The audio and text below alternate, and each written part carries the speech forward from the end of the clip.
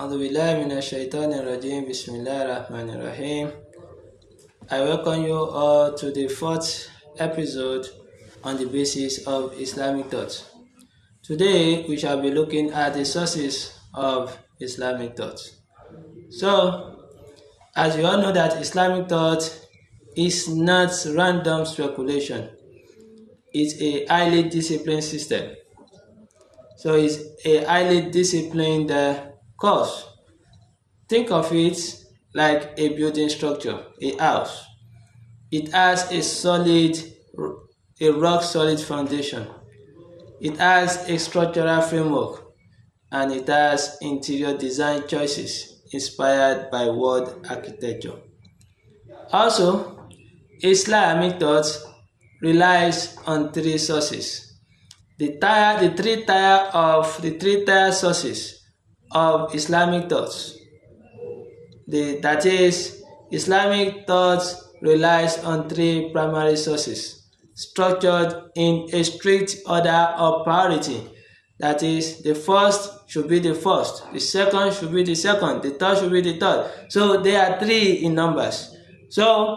And it is arranged based on priority. Now, the first tier, which is the nakil, and the nakil is here is the revelation, and which is the absolute foundation. The revelation here we refer to as is the Quran and the Sunnah, while the second tier is the akilu, which is the reasoning. That is, this is the framework that Islamic thought sits on. It's the framework of Islamic thoughts, which comprises of the human intellect and the ijtihad, that is intellectual efforts. And the third tier is tajarubul akharin, that is the experience of others. So this is referred to as the global wisdom. So that is the history and cross-cultural learning, what happened in the society of another people that are not against the divine rulings in Islam.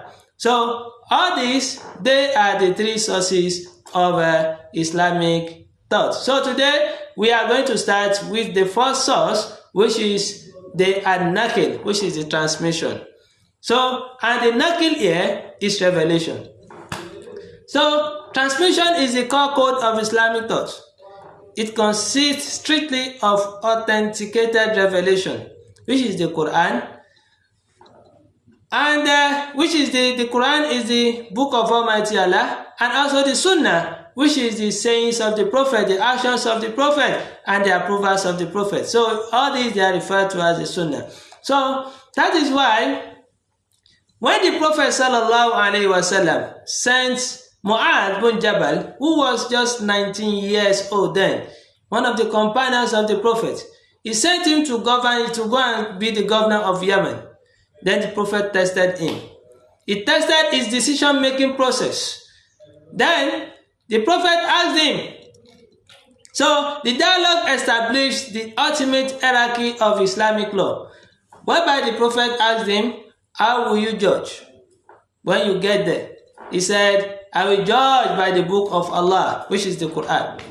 Then the Prophet asked him again, "If you do not find it there, that is, you do not find the rulings in the Quran," he said, "I will judge by the Sunnah of the Messenger." Then he said, "If you do not find it there," then he said, "I will strive with my own reasoning." That is ijtihad. It means in Islam, there is room for ijtihad. No scholar can come and say that the bab of ijtihad has been locked. No, the bab of ijtihad, the door of ijtihad of human intellectual effort is still opened. So it is not locked, because we are seeing new things every day. New things are coming out every day. So we cannot rely on what has been written by our predecessors when you want to take a ruling on what is happening in society today, and we only rely heavily on what has been done by Imam Nawawi, what has been done by Ibn Hajar al-Asqalani, what has been done by Ibn Taymiyyah and others. No, we should not rely only on those ones. We should also make effort, read their work, understand it, then let us try to bring new rulings that will accommodate the new things that are happening in our society. That is why, as from the history we just the illustration we just mentioned, based on how the Prophet ﷺ tested Mu'adh bin Jabal. He was just 19 years old. So he said, I will judge with the Quran, I will judge with the Sunnah. If I can't find it, then if I can't find in both of them, then I will use my reasoning. So the Prophet warmly approved establishing that human reasoning is required, but it must be anchored by revelation first. So it must be anchored by what? Revelation. So also the role of it. So the role of the Sunnah in Islamic thought, it acts as a practical user manual for the Quran, because in most times the Sunnah tries to explain the content of the Quran. So it explains general rules, it clarifies ambiguities, and shows how to live the text, in real life.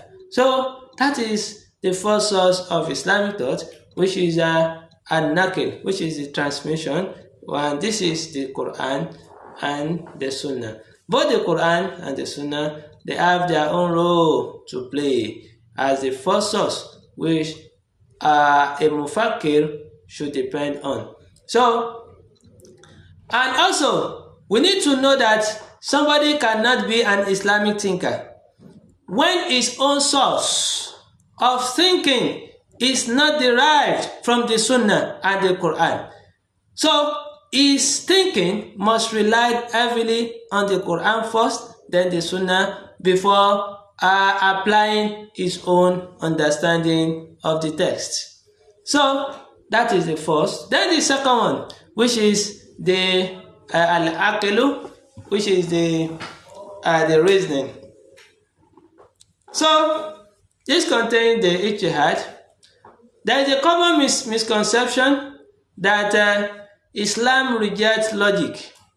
No, in reality, the Quran commands intellectual engagement. It is a Quran-backed obligation to think, to debate, and to analyze. So Islam does not reject the use of our senses, the use of our intellect. Islam did not reject this. So now the Quran data-driven focuses on intellect. That is, in the Quran, we have a lot of places where Allah mentioned that we should use our intellect. The Quran doesn't just ask for blind faith. It heavily uses the vocabulary of logic, science, and cognition. So that is why in the Quran we have like 624 places where Allah mentioned word knowledge. So if it's not important, why will Allah mention it? We have like 185 places where Allah mentions sama, that is hearing, and which is one of the process of learning. We have another place for 149 places where Allah mentioned basar, that is seeing, the sight, which is one of the process of learning. So, and we have like 133 places where Allah mentioned the heart, that intuition, so which is the qalb. And we have observation also mentioned in the Quran in 124 places. So, and we have the word akilu mentioned in the Quran in around like 150 pages. So, and also we have the word understanding, so mentioned in and around 47 places. And we have the word argumentation and debate, so that's in around 47 places also. So when you look at the word thinking, the fikr, it's mentioned in the Quran in almost 20 places, which indicates that the intellect must be in action. So during the time of the Prophet, the early Islamic environment was an intellectual greenhouse where reasoning was actively practiced. So that is why when explicit revelation wasn't present on daily matters, people may come to the Prophet to ask him questions, and there may not be revelation on those matters. The Prophet sometimes used his own intellect, and if his human judgment veered slightly, of course, then revelation will come to gently correct the Prophet. This is one of the beauty of Islam. Islam did not conceal anything. When the prophets, like we have in the example in Surah Al-Tahrim, where Allah said, when Allah mentioned regarding what the prophets decide to forbid upon himself, I can't remember how Allah used the verse. حَرِّمُ مَا أَحَلَّ اللَّهُ لَكَ تَبْتَغِي مَرْضَاتَ أَزْوَاجِكَ. So I couldn't remember the beginning of the verse. So the prophet decided to forbid some things for himself just because he wants to satisfy his wives. So then Allah corrected the prophet through revelation. It means he used his own intellect. However, he was corrected by Almighty Allah. So this proves that earthly intellect requires divine guide rail. That is, we must be guided by revelation, which is the Quran. Also, for we to know that the use of intellect is permissible, is that during the battle of Badr, the prophets consult his companions. And they brainstormed.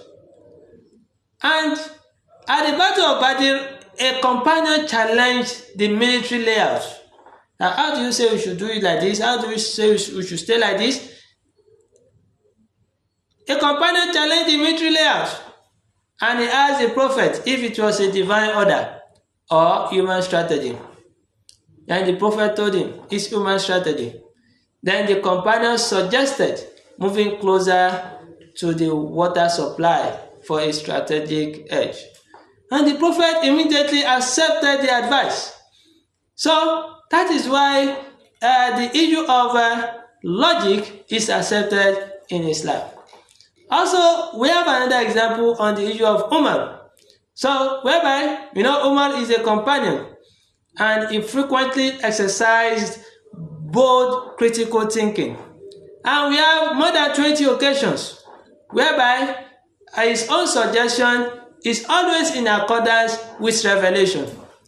Like he was the one that suggested a specific dress code for the Muslims, for public modesty. So, and revelation came to consolidate his opinion. Also, he talked about designating the station of Prophet Ibrahim as a prayer. وَاتَّخِذُوا مِن مَّقَامِ إِبْرَاهِيمَ مُصَلًّى. He suggested it, and revelation came to consolidate his suggestion. So, and that is why these are the examples to show that even during the time of the prophet, reasoning is also used in some life issues. So reasoning is also, everything is not based on revelation.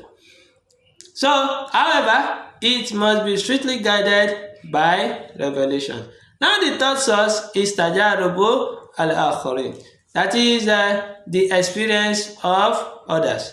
So Islamic thought is an open global system. It encourages the Muslim mind to look outward and absorb wisdom from outside cultures.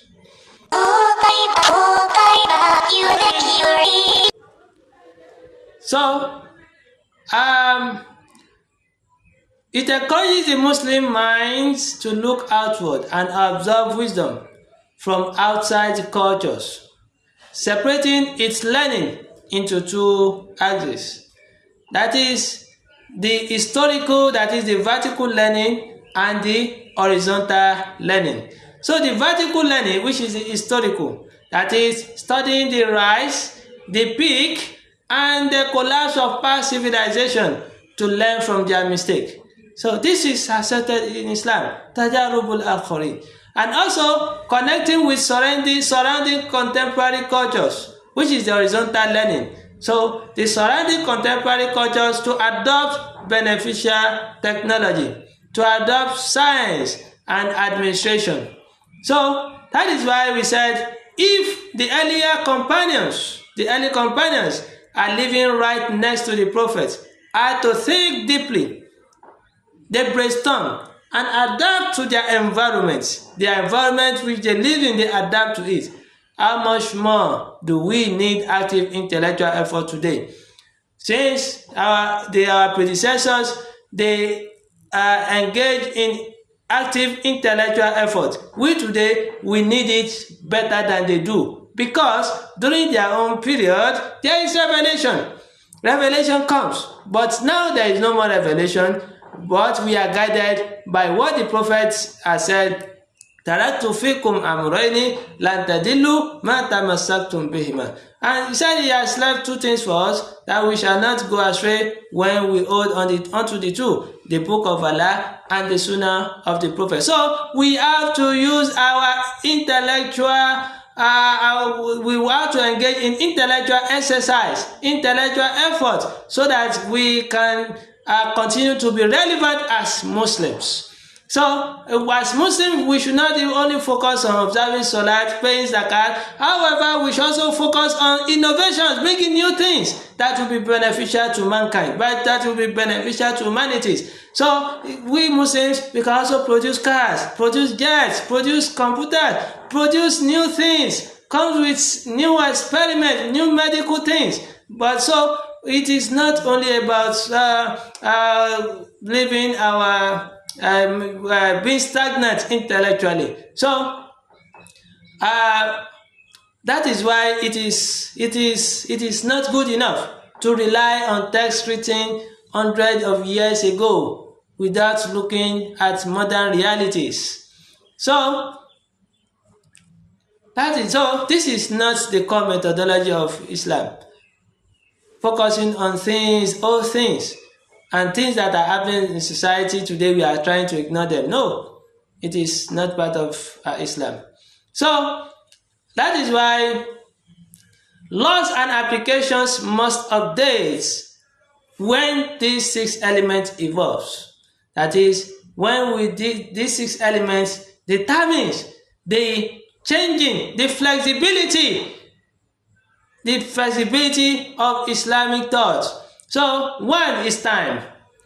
So this is one of the elements. Time. Second is place. The third one is people. The people who are Muslims today, they are not the people who are Muslims in the past. We have some countries that for like 20 years ago, Muslims were not there. Now today, Muslims were there. So they are the circumstances, then the customs and norms. So with these 6 things, then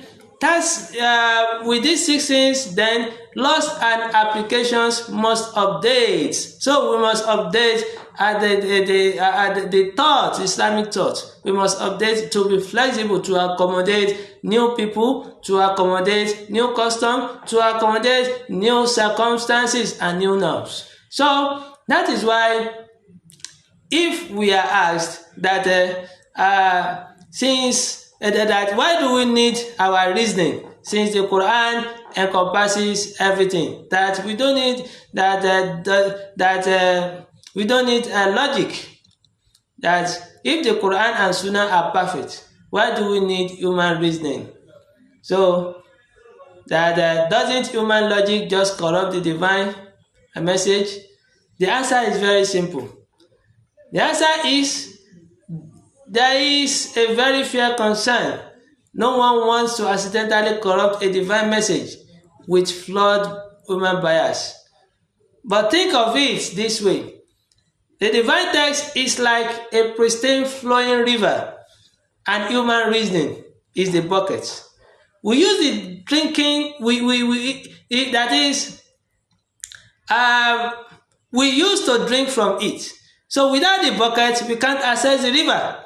Likewise, the Quran and the Sunnah, they provide immutable principle, the what and the why. But human reasoning is required to figure out the how. So that is why the Sharia, the Quran and the Sunnah, they are the river.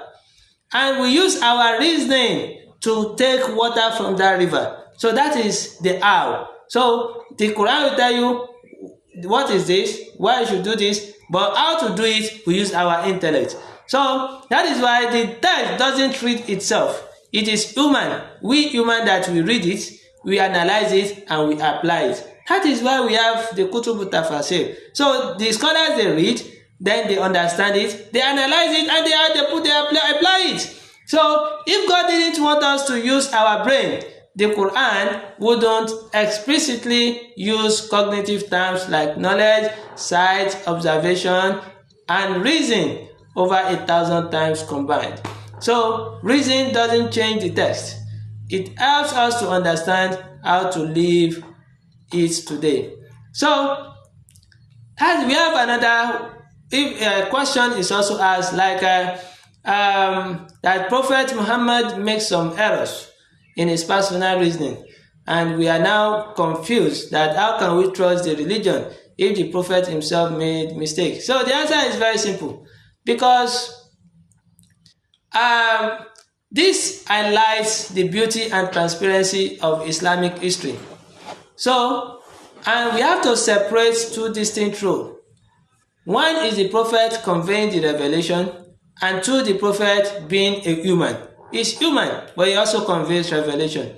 So when delivering the Quran or teaching called religious teaching, the Prophet was absolutely protected from error. He's masum during that period. When he's conveying the teachings of the Quran, when he's talking about the rulings of Islam, so he is masum. But when revelation was silent on daily worldly matters, like family dynamics or perhaps personal habits, the Prophet used his human intellect. So his limited errors in judgment actually prove a powerful theological point. That is, he was a human being. As the Prophet always has emphasized in the Quran, Innama ana basharun mithlukum. So it means he is also a human being like us. And human beings are bound to make errors. And if the Prophet is not a divine being, he is not God, so then how do we expect him not to make mistake? So, however, his infallibility shines in the correction mechanism. That is, what makes him infallible is because when he makes mistake, he is quickly corrected by Almighty Allah himself. So whenever his personal reasoning veers slightly, God immediately sent revelation to gently correct him in real time. Therefore, the final religion left to us is completely verified and error-free. While his human moments serve as a beautiful lesson, showing us that it is key, it is okay to struggle with worldly decision. That is just a normal thing. So use your intellect to, what is the ruling of this? Use your intellect to struggle to make decision, to make worldly decision. So we have another question that if we are asked that if Islamic thought allows for human reasoning and changes based on time and place, and doesn't make the religion completely subjective, can anyone just make up a new rule? So the answer is also simple. So that is, it definitely sounds like it could open the door for a free for all, but Islamic thought prevents this by using a strict hierarchical framework. just like the test of Mu'adh bin Jabal, as we have discussed. So let's think of it like the field of medicine. Medicine changes constantly. We invent new surgeries, new vaccines, and new therapies every year. But a random person cannot just walk into a hospital and make up a new medical treatment. You have to be a trained expert who follow the immutable laws of human biology in chemistry. Likewise, in Islamic thought, ijtihad is a highly disciplined science. You cannot use reason to permit something explicitly forbidden in the Quran, like stealing or injustice. These are completely explained in the Quran. So you can't use your reasoning to make it permissible. Human reasoning is only applied to a new unprecedented situations. As we have mentioned, the issue of digital currency. It is an unprecedented situations where the text is silent on, or in figuring out the most just way to apply an old rule to a modern context. So it is structured flexibility, not chaos. So that is why the reasoning cannot corrupt Islam. So let's take a look at this question also. That is, what does learning from the experience of others look in practice? Can Muslims adopt laws or philosophies from non-Muslim societies? Yes, absolutely, we can. The history shows that early Muslims did exactly that. There is a famous saying of the Prophet, Al-Hikmatu Dalatul Mu'min. So that is, wisdom is the lost property of a believer. Haythu wajadaha akhadaha. That wherever he finds it, he has the most right to it. So, Islamic thought split global learning into two categories. That is horizontal learning, that is adopting beneficial technology, administration, and sciences. For example, the second Caliph Umar bin Khattab adopted the entire globe government registry and the accounting system D1 from the Persian Empire because it was highly efficient. Also, during the time of the Prophet, the use of pulpits in Islam is also adopted from the culture of others, from the culture of another people. The Prophet also adopted it. So that is why it is accepted in Islam. And also we have the vertical learning, that is looking at the rise and fall of past civilization to avoid their moral and social mistake. So if a foreign concept, technology or management brings public benefit and does not directly contradict a core divine boundary, it is not only welcome, it is highly encouraged as a Muslim to adopt the system. Now, so today, let's take a look at the last question for this class, for this episode. The last question here is, if earlier scholars were giants of knowledge, why isn't it enough to just follow their rulings? Why do we need new intellectual effort today? So the answer is very simple. Today, we owe an immense debt to the classical scholars. So those scholars, they have really worked for us. They built the intellectual highway we drive on today. But those brilliant scholars were answering the questions of their world using their own context. So the things they answered is based on what is happening in their own society, what is happening in their own world, whereby what is happening today is different from what has happened during their own time. If Imam Shafi'i, for example, or Imam Abu Hanifa were alive in 2026, they will also look into the issue of cryptocurrency. They will look into the issue of social media addiction. They will look into the issue of global climate change. They will look into issues of artificial intelligence. So, and they will do new intellectual work, different from what they have done before. But we are here today, this is what we should do as scholars. So, those scholars, they wouldn't try to solve a 21st century problem using a 8th century economic framework. So we have to upgrade, because we have to upgrade so that we continue to become Islam. So we make Islam to Islam itself is relevant. Then we have to continue to make it relevant through our thinking. So that those people who are not Muslims, they won't be seeing Islam as an old-fashioned religion, as an obsolete religion. So Islamic thought dictates that ruling changes when time, place, people, circumstances, customs, and norms changes. Relying only on ancient books without encouraging current realities actually insults the legacy of those early scholars who taught us to be dynamic, brave, and deeply relevant to our own generation. So inshallah, this is where we are going to stop for today. And in the next episode, we shall be talking about Islam between constants and variables. Al-Islam بين الثوابت والمتغيرات. السلام عليكم ورحمة الله وبركاته.